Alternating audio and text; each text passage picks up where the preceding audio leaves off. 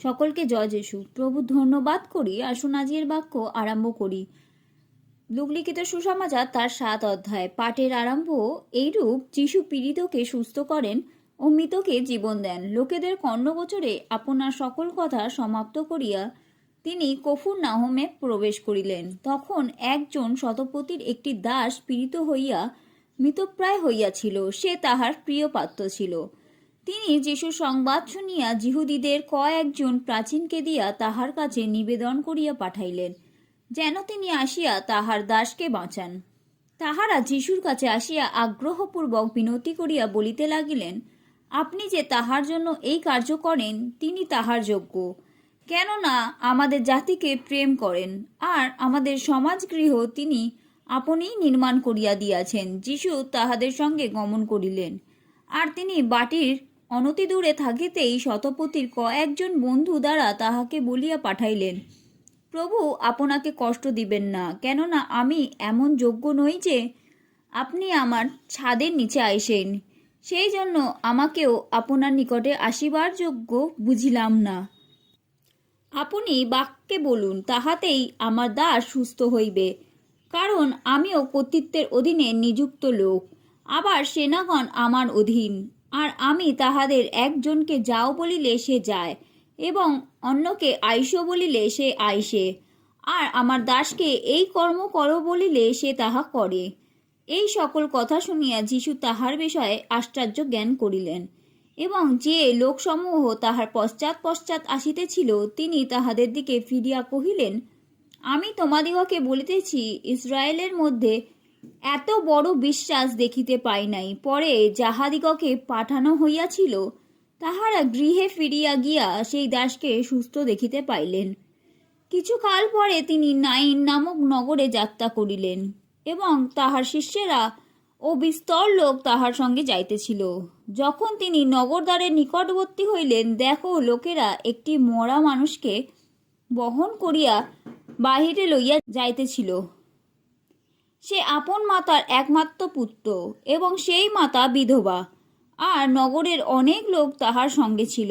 তাহাকে দেখিয়া প্রভু তাহার প্রতি করুণাবিষ্ট হইলেন, এবং তাহাকে কহিলেন, কাঁদিও না। পরে নিকটে গিয়া খাট স্পর্শ করিলেন, আর বাহকেরা দাঁড়াইল। তিনি কহিলেন, হে যুবক, তোমাকে বলিতেছি, ওঠো। তাহাতে সেই মরা মানুষটি উঠিয়া বসিল এবং কথা কহিতে লাগিল। পরে তিনি তাহাকে তাহার মাতার হস্তে সমর্পণ করিলেন।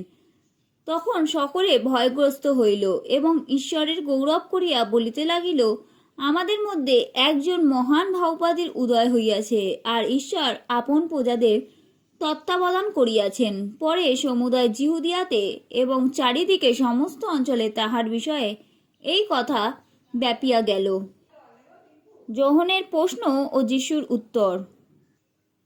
আর যোহনের শিষ্যগণ তাহাকে এই সকল বিষয়ে সংবাদ দিল। তাহাতে যোহন আপনার 2 জন শিষ্যকে ডাকিয়া তাহাদের দ্বারা প্রভুর নিকটে জিজ্ঞাসা করিয়া পাঠাইলেন, যাহার আগমন হইবে সেই ব্যক্তি কি আপনি, না আমরা অন্যের অপেক্ষায় থাকিব? পরে সেই 2 ব্যক্তি তাহার কাছে আসিয়া বলিল, যোহন বাপ্তাইজক আমাদের দ্বারা আপনার কাছে এই কথা বলিয়া পাঠাইয়াছেন, যাহার আগমন হইবে সেই ব্যক্তি কি আপনি, না আমরা অন্যের অপেক্ষায় থাকিব? সেই দণ্ডে তিনি অনেক লোককে রোগ ব্যাধি ও দুষ্ট আত্মা হইতে সুস্থ করিলেন, এবং অনেক অন্ধকে চক্ষু দিলেন। পরে তিনি ওই 2 জনকে এই উত্তর দিলেন, তোমরা যাও, যাহা দেখিলে ও শুনিলে তাহার সংবাদ যোহনকে দেও। অন্ধেরা দেখিতে পাইতেছে, খঞ্জেরা চলিতেছে, কুষ্ঠীরা সূচীকৃত হইতেছে, বধিরেরা শুনিতেছে, মৃতেরা উত্থাপিত হইতেছে, দরিদ্রদের নিকটে সুসমাচার প্রচারিত হইতেছে। আর ধন্য সেই ব্যক্তি যে আমাতে বিঘ্নের কারণ না পায়। যোহনের দূতেরা প্রস্থান করিলে পর তিনি লোকদিগকে যোহনের বিষয়ে বলিতে লাগিলেন, তোমরা প্রান্তরে কি দেখিতে গিয়াছিলে? কি বায়ুকম্পিত নল? তবে কি দেখিতে গিয়েছিলে? কি কোমল বস্ত্র পরিহিত কোনো ব্যক্তিকে? দেখো, যাহারা জাকাল পোশাক পরে এবং ভোগ সুখে কাল যাপন করে, তাহারা রাজবাটিতে থাকে। তবে কি দেখিতে গিয়াছিলে? কি একজন ভাববাদীকে? হ্যাঁ, আমি তোমাদিগকে বলিতেছি, ভাববাদী হইতে শ্রেষ্ঠ সেই ব্যক্তিকে। ইনি সেই ব্যক্তি যাহার বিষয়ে লেখা আছে, দেখো আমি আপন দূতগণকে তোমার অগ্রে প্রেরণ করি, সে তোমার অগ্রে তোমার পথ প্রস্তুত করিবে। আমি তোমাদিগকে বলিতেছি, স্ত্রীলোকের গর্ভজাত সকলের মধ্যে যোহন হইতে মহান কেউই নাই, তথাপি ঈশ্বরের রাজ্যে অতি ক্ষুদ্র যে ব্যক্তি সে তাহা হইতেই মহান। আর সমস্ত লোক ও করগ্রাহীরা কথা শুনিয়া যোহনের বাপ্তিস্ময় বাপ্তায়িত হইয়াতে ঈশ্বরের ধর্মময় বলিয়া স্বীকার করিল। কিন্তু ফরিসীরা ও ব্যবস্থাবেত্তারা তাহার দ্বারা বাপ্তায়িত না হওয়াতে আপনাদের বিষয়ে ঈশ্বরের মন্ত্রণা বিফল করিল। অতএব আমি কাহার সহিত এই কালের লোকদের তুলনা দিব? তাহারা কিসের তুল্য? তাহারা এমন বালকদের তুল্য, যাহারা বাজারে বসিয়া একজন আরেকজনকে ডাকিয়া বলে, আমরা তোমাদের নিকটে বাঁশি বাজাইলাম, তোমরা নাচিলে না? আমরা বিলাপ করিলাম, তোমরা কাঁদিলে না? কারণ যোহন বাপ্তাইজক আসিয়া রুটি খান না, দ্রাক্ষারসও পান করেন না, আর তোমরা বলো সে ভূতগ্রস্ত। মনুষ্যপুত্র আসিয়া ভোজন পান করে, আর তোমরা বলো ওই দেখো একজন পেটুক ও মদ্যপায়ী, করগ্রাহীদের ও পাপীদের বন্ধু। কিন্তু প্রজ্ঞা আপনার সকল সন্তান দ্বারা নির্দোষ বলিয়া গণ্যিত হইলেন। অনুতাপিনী স্ত্রীর প্রতি যিশুর দয়া। আর ফরিসীদের মধ্যে একজন তাহাকে আপনার সঙ্গে ভোজন করিতে নিমন্ত্রণ করিল। তাহাতে তিনি সেই ফরিসীর বাটিতে প্রবেশ করিয়া ভোজনে বসিলেন। আর দেখো সেই নগরে এক পাপিষ্ঠার স্ত্রীলোক ছিল। সে যখন জানিতে পাইল তিনি সেই ফরিসীর বাটিতে ভোজনে বসিয়াছেন, তখন একটি শ্বেত প্রস্তরের পাত্রে সুগন্ধি তৈল লইয়া আসিল এবং পশ্চাৎ দিকে তাহার চরণের নিকটে দাঁড়াইয়া রোদন করিতে করিতে চোখের জলে তাহার চরণ ভিজাইতে লাগিল এবং আপনার মাথার চুল দিয়া তাহা মুছাইয়া দিল। আর তাহার চরণ চুম্বন করিতে করিতে সেই সুগন্ধি তৈল মাখাইতে লাগিল।